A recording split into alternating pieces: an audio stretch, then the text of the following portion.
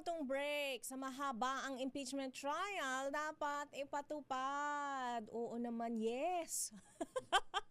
Akong naaawa eh. Ikaw ba, RH12? Milky na ganan. Manang Milky, pakidetalye ang balita. Manang.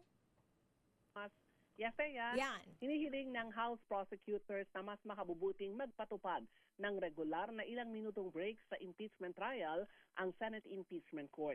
Ginawa ni House Prosecutor Joel Chu ang apela matapos lumutang ang memes sa namuong laway sa bibig ni House Lead Prosecutor Trevi Luisto at ang sipon ni House Prosecution Private Legal Counsel Attorney Armando Virgil Ligutan. Paliwanag ni Chua hindi birong tumayo at magpaliwanag ng ilang oras bukod sa magkahalong kaba at tensyon.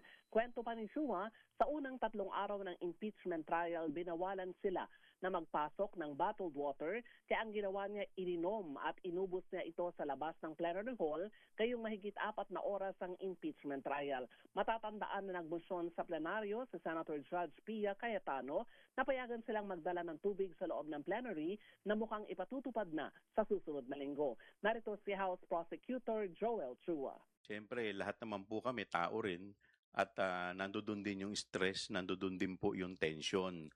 Pangalawa po, naalala ko po kasi po yung first day.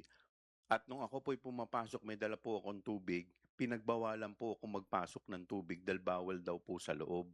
Kaya ang ginawa ko po sa labas, ininom ko, hindi po ako nakapasok na may bitbit po ako ng tubig.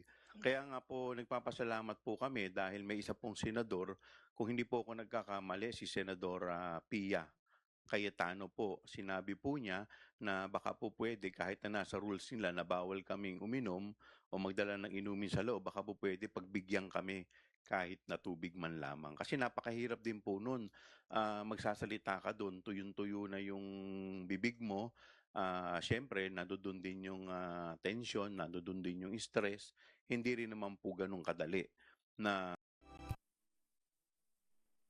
Una rito, umaapela si House Deputy Speaker Janet Guerin sa publiko na mag-focus sa mga ebidensya at wag daw sa mga personal na pag-atake.